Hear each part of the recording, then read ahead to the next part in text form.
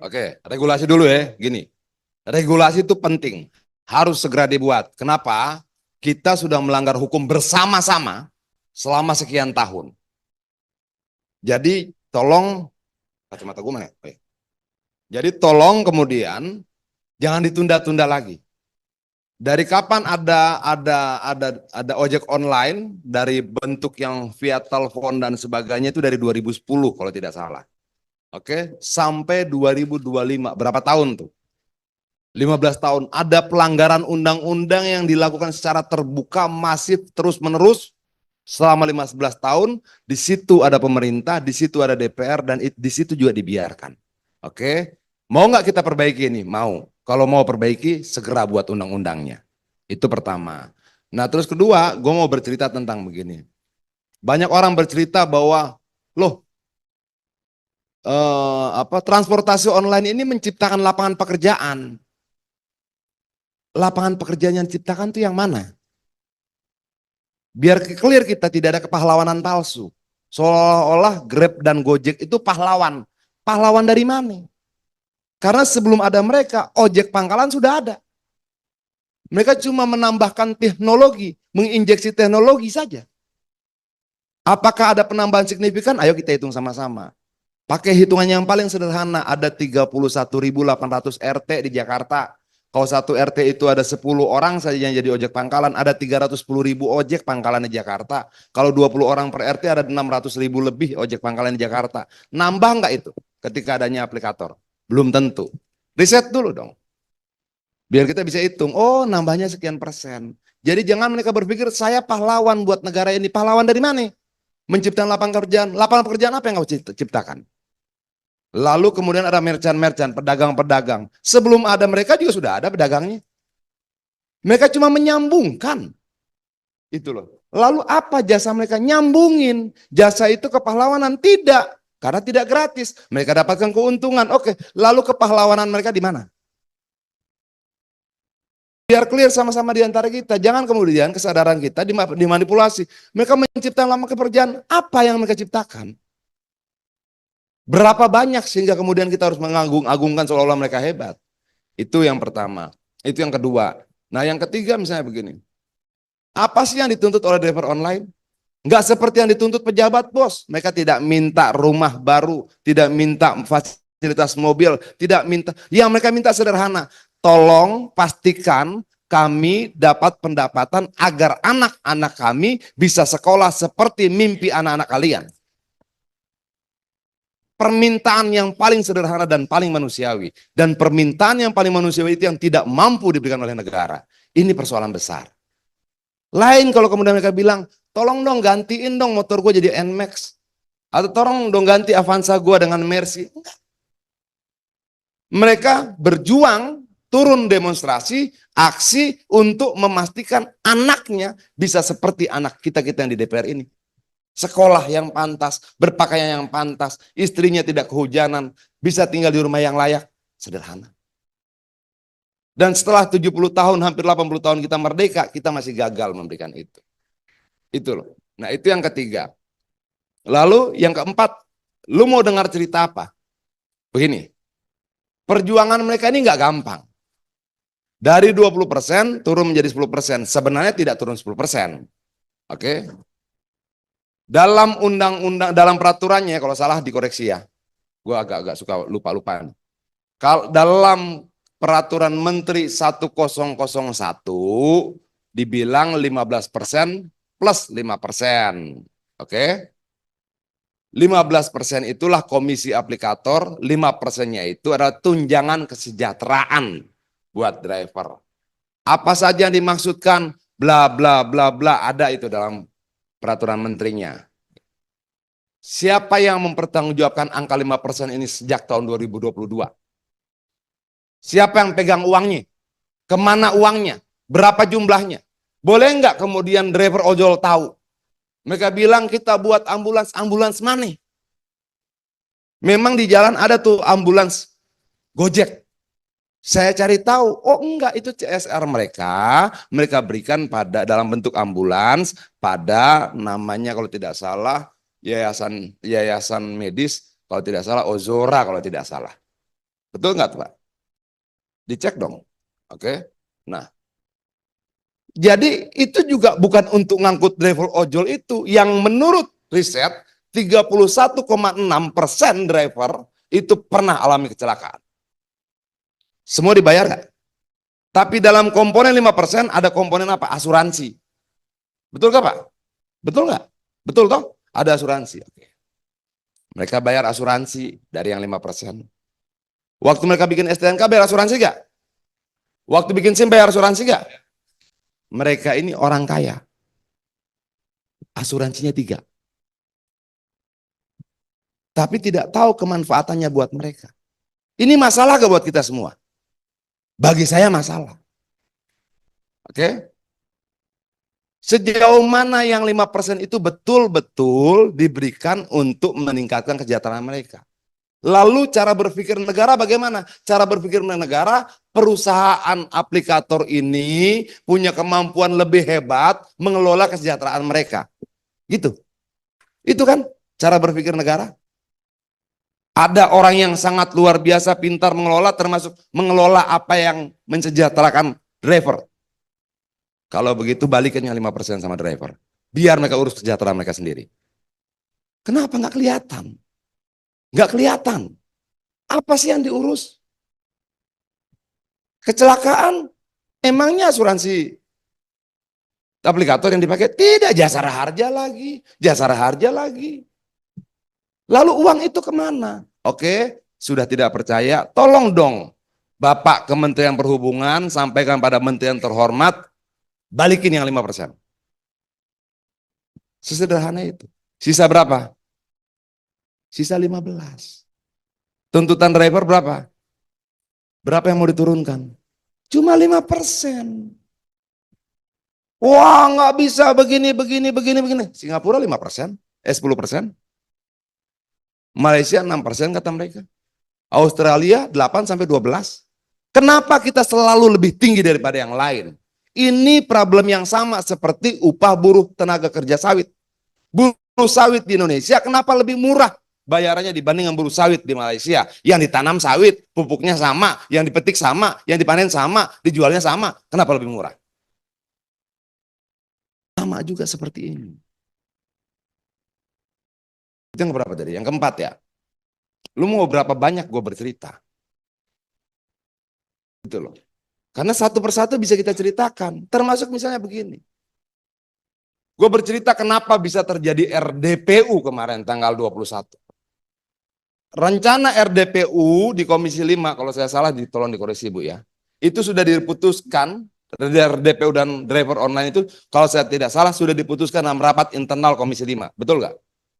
Oke. Menjelang RDPU, jadwalnya hilang. Saya masih tanya di grup, kenapa nggak ada, kenapa nggak ada, kenapa nggak ada. Oke. Tanggal 19, kalau tidak salah 19, saya lupa tanggal 19 atau tanggal 18, ada orangnya Pak Dasko datang ke rumah saya. Oke, tanya soal ojol. Saya jelaskan. Tanggal 19 kalau tidak salah kita rapat dengan Kementerian Kementerian Perumahan. Ya, saya datang tiba-tiba Pak Dasko minta ketemu dan saya di lantai 4. Dia tanya tentang ojol dan saya ceritakan. Panjang lebar.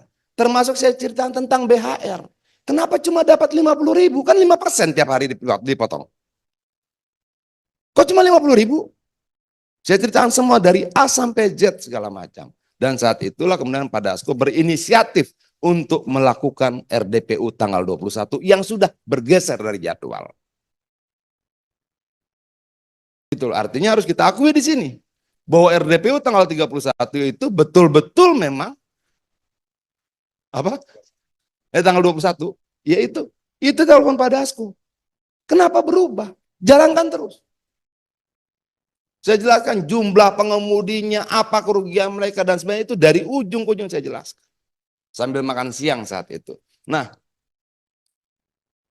kenapa hilang jadwalnya saya nggak tahu. Tapi kalau kita lihat berapa kira-kira pendapatan aplikatornya gede. Kalau pendapatannya gede, aroma uangnya gede. Gitu loh. Apakah aroma yang sama tercium sampai Kementerian Perhubungan? Saya nggak tahu. Tapi kelihatannya alotnya perjuangan ini. Emang segitu alotnya? Iya. Karena kalau turun kemudian misalnya 5% berarti sekitar total dari 15% itu sepertiga kan. Berarti mereka kehilangan sepertiga pemasukan mereka. Lalu orang bilang begini sama saya, "Oh Ian, Goto rugi, Gotonya rugi, Gojeknya enggak. Goto sebagai grup rugi. Tapi dalam analisa keuangan salah seorang pakar ekonomi yang saya baca tulisannya, dia tuliskan di situ kuartal ketiga tahun 2024 pendapatan kotor Gojek itu 10,3 triliun, sementara pendapatan kotor Goto itu sekitar 13, sekian triliun. Jadi 79,1% pendapatan Goto itu disuplai dari pendapatan Gojek. Goto punya 14 anak perusahaan. Menurut pakar ekonomi yang lain yang saya sempat baca pernyataannya, dia katakan bahwa driver ini membiayai lahirnya 13 anak perusahaan yang lain. Dari uang yang mereka bayar. Come on, sudah berjalan sekian tahun, yuk kita berbalik yuk. Mensejahterakan mereka yang pernah mensejahterakan yang lain. Nah, enaknya diskusi ini, aplikatornya datang. Jangan kemudian aplikator konferensi pers Bang Menteri. Janganlah, ayo. Masih kalian punya data, buka. Oke? Jangan telepon Adian, kita ketemu berdua aja Bang. Ngapain? Emang kita pacaran? Kalau kita mau adu data terbuka gini, gini. Nah, oke, datanya, data kita, teman-teman wartawan ada, kita buka. Ada pengamat ekonomi, hitung bareng-bareng. Itu enak. Itu loh. Tapi sepertinya Kementerian Perhubungan lebih suka konferensi pers dengan aplikator. Mungkin restorannya lebih jelas. Karena sampai sekarang saya belum lihat nih Kementerian Perhubungan konferensi pers dengan driver. Kalau mau fair, bikin dong konferensi pers dua-duanya. Iya dong. Ini kan enggak. Itu loh. Nah ini juga yang saya bilang, kok ada aroma lain di sini. Nah, lalu kita mau cerita apa? Batalnya pertemuan raker kemarin. Undangan raker disampaikan pada kita, kemarin tanggal berapa ya? 20, raker itu tanggal berapa? 26. Undangan itu sampai pada kita tanggal 25 jam 18.30, kira-kira segitu. Undangan bahwa akan ada rapat kerja dan menteri secara formal disampaikan tanggal 25 jam 18.30. Oke? Karena sudah ada undangan, kita baca-baca, lalu kita tidur pulas. Kita bangun pagi dan jam 11.30 dibatalkan, bukan dibatalkan, menteri disakatakan tidak datang dan cuma diwakili wamennya saja. Dari ngundang sampai batal itu dari jam 18.30 sampai jam 11.30. Ini kita bercanda nih hidup kita nih. Itu loh. Kok bisa? Lembaga negara diundang mengatakan datang, kita anggota DPR Komisi 5 diundang untuk hadir jam 18.30, undangannya keluar di grup WhatsApp kita, lalu jam 11 besoknya dibatalin. Ini kita serius gak sih sedang bernegara? Saya tidak persoalkan. Sedang menerima Pak Presiden silahkan, tapi jangan begitu dong. Itu loh. Karena ternyata surat bahwa Pak Menteri Perhubungan sedang izin berjalan dengan Presiden itu kalau tidak salah tanggal 23 surat. Beberapa hari sebelumnya. Lalu ada apa sebenarnya kita ini? Ada apa gitu loh. Tanggal 23 sudah ada pemberitahuan dari Kemensesnek bahwa tidak datang karena menemani Presiden. Betul nggak? Oke. Tanggal 24 baru kita diundang. Tanggal 25 kita diundang. Tanggal 26 dibatalin. Nah, lalu mau cerita apa? Mau lebih dalam lagi? Atau mau apa? Itu loh. Nah, melalui forum kita ini, forum apa nih namanya? Apa? Forum legislasi, wartawan, itulah pokoknya. Oke? Nah, sampaikan pada mereka, saya menantang mereka diskusi terbuka. Ayo, terbuka ya. Jangan diskusi sama Pak Menteri, diskusi sama Pak Adian, berdua-berdua. Semakin sedikit ruang gelap, semakin besar transparansi. Nah, saya mau kita buka sama-sama. Kita hitung sama-sama dan kita perdebatkan. Sampai misalnya kenapa katanya Goto rugi? Berapa anak perusahaan Gojek dan sebagainya. Kita belum bicara Grab nih. Oke? Nah, lalu kemudian menteri ada yang bilang begini nih. Nggak salah Pak Menhub juga ngomong. Ya pindah aplikator aja. Betul gak itu? Betul gak itu? Pak, begini Pak ya. Kalau saya tidak salah, saya lupa nih yang ngomong siapa, tapi salah satu tokoh bangsa kita. Dia bilang begini, hendaklah pemerintah tidak menjadi penguasa bagi rakyatnya, tetapi menjadi pengurus bagi rakyatnya. Ucapan itu bukan ucapan pengurus. Nggak bisa begitu. Itu loh. Bicara dong, buat aturannya. Ngurus rakyat itu, ngurus negara itu tidak bilang, ya kalau lu nggak suka di sini lu pindah sono. Bahasa apa itu? Ini penting loh bos. Kenapa? Kalau kalian belum bisa meningkatkan kesejahteraan mereka, jangan sakiti dong hati mereka terus-menerus. Dengan pernyataan-pernyataan seperti ini. Kan bisa kita hitung. Oke, kita mau bicara sejarah permennya, sejarah peraturan menterinya. Kalau tidak salah, kalau salah dikoreksi, Pak Igun. Sebelum KP 1001 tahun 2022 ada KP berapa? 667. 1001. Ya, sebelum 1001 tahun 2022 ada KP 667. Di KP 667 berapa persentasenya? 15%. Dalam waktu berapa lama berubah jadi KP 1001? 3 bulan kemudian berubah. Belum berlaku sudah berubah. Ayolah bos, kenapa aromanya jadi tambah kuat nih kita cium? Dalam 3 bulan naik 5%. Dibungkus dengan cerita untuk kesejahteraan driver online. Sebelum 667? 564. Tahunnya sama. Oke.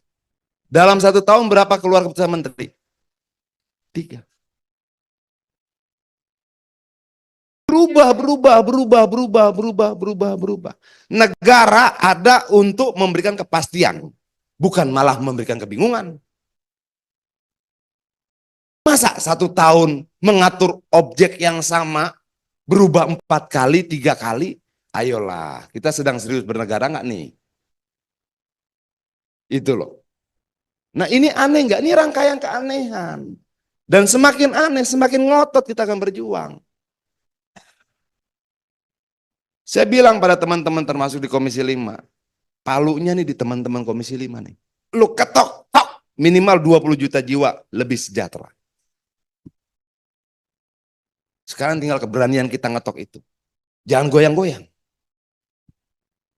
Itu hal-hal yang lain bos, itu bisa kita diskusikan, kita bisa perdebatkan, kita bisa ada argumentasi. Tapi kalau soal penderitaan rakyat, sama.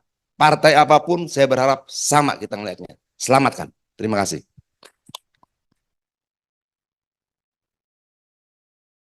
Dan mungkin hadir di tengah-tengah kita Pak Wistoid ya dari Kemenlu. Mungkin tadi ada beberapa pertanyaan anehan kira-kira. Oh iya, gue lupa. Kita pernah nggak ngundang aplikator DPR yang undang? Pernah. Yang undang Badan Aspirasi Masyarakat, kita undang diskusi terbuka bersama dengan driver dan anggota DPR, termasuk Bapak juga datang dan lain-lain datang. Datang nggak aplikatornya? Kagak datang. Itu udah DPR yang undang aja kagak datang. Baik, Assalamualaikum warahmatullahi wabarakatuh. Selamat siang, selamat datang untuk kita semua. Yang terhormat Pak Adian, Bu Reni, Pak Tias, dan Pak Igun ya. Dan rekan-rekan yang hadir pada kesempatan siang hari ini. Pertama kami mohon maaf juga Pak, ini tadi saya dapat dadakan WA ya terkait dengan kegiatan ini. Dan Pak Dijan hari ini berangkat haji Pak, jadi cuti selama 16 hari. Jadi mungkin saya ditugaskan untuk hadir pada diskusi pada siang hari ini. Kemudian Saya juga pernah hadir Pak di Bekasi waktu itu ya dengan teman-teman juga, dan saya sampaikan memang saya baru 2 minggu nih menjabat di Direktur Angkutan Jalan. Sebelumnya saya bareng Bu Reni Jawa Timur Bu. Enggak tahu Pak. Saya kalau dulu ya, ya kalau saya ditugaskan ya dimanapun ya saya siap aja Pak. Kemudian terkait dengan regulasi mungkin ya, mungkin terkait dengan ojol ini atau roda dua ya, memang secara undang-undang memang tidak, belum ada ya payung hukumnya gitu. Makanya di dalam PM12 itu kan istilahnya bukan itu sebagai upaya dari Kementerian Perhubungan dalam rangka perlindungan lah terhadap pengguna maupun driver juga. Jadi di situ kan ketentuannya tentang bagaimana menjamin keselamatan ya dari baik pengguna maupun juga driver. Jadi sama sekali tidak menyebutkan bahwa itu sebagai angkutan umum. Seperti itu. Oleh karena itu mungkin terkait dengan usulan untuk menyatakan roda dua sebagai angkutan umum ya monggo, itu ranahnya mungkin Komisi 5 untuk diusulkan dalam rancangan revisi Undang-Undang LHJ misalnya seperti itu. Nanti kan bisa ada pro dan kontranya terkait dengan R2 sebagai angkutan umum. Berikutnya mungkin terkait tadi beberapa regulasi ya yang saya coba juga update ya terkait dengan setelah PM12 itu kan ada keputusan menteri ya, keputusan menteri yang terkait sebenarnya lebih ke tarif ini, pengaturan tarif.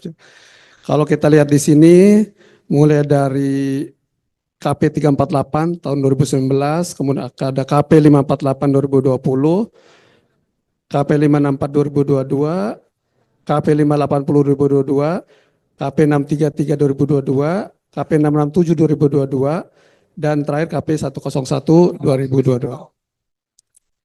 Kalau lihat di sini 2022 itu ada 1, 2, 3, 4, 5 ya, 5. Lebih ke tarif Pak. Kita ganti peraturan tahu. Emang aromanya nggak bagus. Betul. Jadi saya jelaskan aja ya. Kemudian kalau lihat di KP 348 2019 itu di sini ada biaya, kan ada, kalau yang diatur di sini kan ada biaya langsung dan biaya tidak langsung. Nah, biaya langsung itu kita menghitung komponen-komponen pembentuk harga tarif per kilometer. Nah, ada juga biaya tidak langsung. Itulah yang disebut dengan tadi aplikasi tadi. Kalau kita lihat di sini Bu ya, di KP 348 2019 itu sampai dengan KP 663 ya, itu 20%. Kemudian di KP 667 15%, dan kembali di KP 101 15/5% tadi. Ya, 15/5% tadi yang Mbak Dian sampaikan. Kurang lebih seperti itu. Kemudian terkait dengan penyusunan tarif ya, sebagaimana keinginan dari teman-teman itu juga, sebenarnya teman-teman juga ketika saya kesini juga sudah menyiapkan draftnya Pak. Draftnya itu sudah disampaikan juga. Nah, kita fokus sebenarnya di, kalau teman-teman di perhubungan itu kan menghitung tadi Pak, komponen tarif kilometer tadi kan. Kaitan dengan biaya tidak langsung, biaya aplikasi ini, ya nanti mungkin, ini kan ada 2 pihak nih ya. Artinya kan ada pihak aplikator dan teman-teman mitra juga. Tentu ya ini nanti gimana kesepakatan. Enaknya gitu Pak Dian. Jadi maksudnya 2 pihak ini ketemu lah gitu kan. Jadi biar fair gitu kan diskusi dan sebagainya gitu. Kami ya pemerintah kan hanya menjembatani itu. Bukan, maksud saya memfasilitasi terbentuknya regulasi.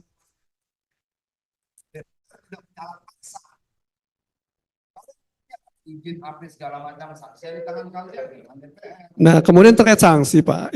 Ini juga terus terang kita punya keterbatasan Bu ya, karena di dalam regulasi KP 0101 juga memang ketika terjadi pelanggaran tarif itu, kami dari Kementerian Perhubungan hanya mampu merekomendasikan ke Komdiji untuk melakukan sanksi, gitu ya Pak. Diatur seperti. Iya. Ya, artinya selama ini ya itu yang dilakukan oleh teman-teman ya. Artinya kan bersurat ke Komdiji untuk memberikan sanksi itu. Itu yang saya dapat info dari teman-teman. Jadi karena gini juga, kita juga terus terang dari Kementerian Perhubungan itu terkait dengan aplikasi itu kan tidak punya kemampuan ya untuk mengaudit sekalipun gitu kan, biaya aplikasi seperti apa. Karena memang domain kita kan di dalam menyusun harga, sebentar Pak izin. Enggak, enggak apa-apa. Enggak apa-apa ya. Enggak apa-apa. Ya nanti boleh nggak Pak dikasih masukan Pak ya? Karena terus terang saya kan masih baru juga ya. Oke. Jadi seperti itu. Jadi apa yang teman-teman bikin itu kan kaitan dengan pembentuk harga tadi rupiah per kilometernya gitu tuh. Terkait aplikasi ya nanti biar tidak langsung tadi. Nah itu mungkin kalau menurut saya ya memang mesti didiskusikan secara apa ya, secara bersama-sama lah ya antara pihak mitra dengan aplikator. Mungkin itu barangkali ya, Mas apa namanya? Mas Faisal, apa yang ingin saya sampaikan terkait dengan regulasi yang ada saat ini, kemudian terkait dengan biaya tidak langsung dalam ini aplikasi tadi ya memang itu juga tidak terus terang kita tidak tahu ya clear itu seperti apa sehingga menghasilkan 50% itu gitu. Jadi yang kita hasilkan dari teman-teman itu menghitung biaya rupiah per kilometer tadi. Mungkin itu saya sementara ya. Terima kasih. Assalamualaikum warahmatullahi wabarakatuh. Saya mau nanya sama Bapak, ini kita bicara undang-undang nih Pak ya. Perusahaan aplikasi menerapkan biaya tidak langsung berupa biaya sewa pengguna aplikasi paling tinggi 15% dan atau perusahaan aplikasi dapat menerapkan biaya penunjang berupa biaya dukungan kesejahteraan mitra pengemudi paling tinggi 5%. Oke, artinya 5% itu menurut peraturan ini tidak wajib dan atau bisa, boleh. Oke. Isinya asuransi, fasilitas pelayanan mitra pengemudi, dukungan usaha informasi dan sebagainya. Oke. Ini semua tertulis di sini. Ada nggak komponen lain yang boleh diambil dari pihak manapun di luar komponen ini? Mestinya terbatas di situ, Pak. Artinya tidak boleh aplikator ambil biaya apapun di luar daripada yang diatur oleh peraturan ini, betul nggak? Kalau begitu bantah dong soal biaya aplikasi, platform fee dan sebagainya. Karena platform fee harusnya sudah masuk ke sini. Karena ditulisnya jasa aplikasi. Dalam penjelasan mereka kemarin bersama dengan Pak Menteri jelas kok yang disampaikan bahwa oh salah hitung, DPR salah hitung, driver salah hitung, yang benar siapa? Hitungan kami bahwa itu bukan 20%, itu platform fee. Dasar hukumnya apa? Ini dasar hukumnya. Nah, saya minta Kementerian Perhubungan dengan sangat hormat, hormatilah produk kalian. Tanpa bilang itu dibuat kemarin, saya nggak ikut nyatet. Hormat gitu. Di tulisan ini nggak ada pungutan lain yang diperbolehkan oleh negara 15%. Plus 5%. Ada platform fee? Nggak ada. Ini bisa tampilin nggak? Kalau TV bisa tampilin, saya punya banyak banget buktinya. Platform fee. Di judulnya ada namanya jasa aplikasi. Beda, motor 2.000 sampai 3.000, mobil 9.000 sampai 10.000. Itu masuk kemana tuh duit? Apakah dari 15% ini? Menurut mereka, bukan. Bukan dari 15%. Oke, dasar hukumnya apa? Oke, ada itu lagi. Kalau kita jemput ke bandara, ada biaya lokasi.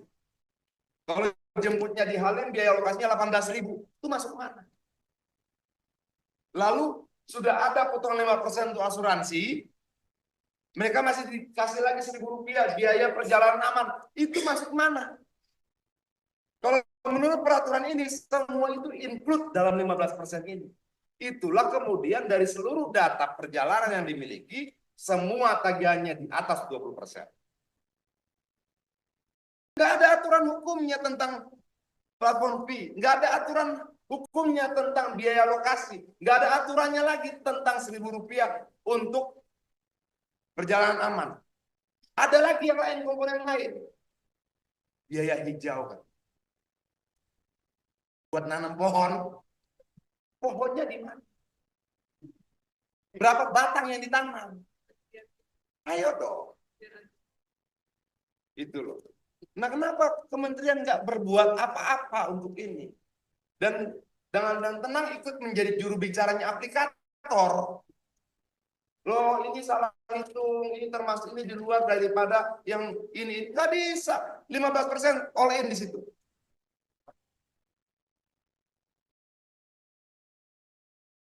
Lanjut. Agak emosi.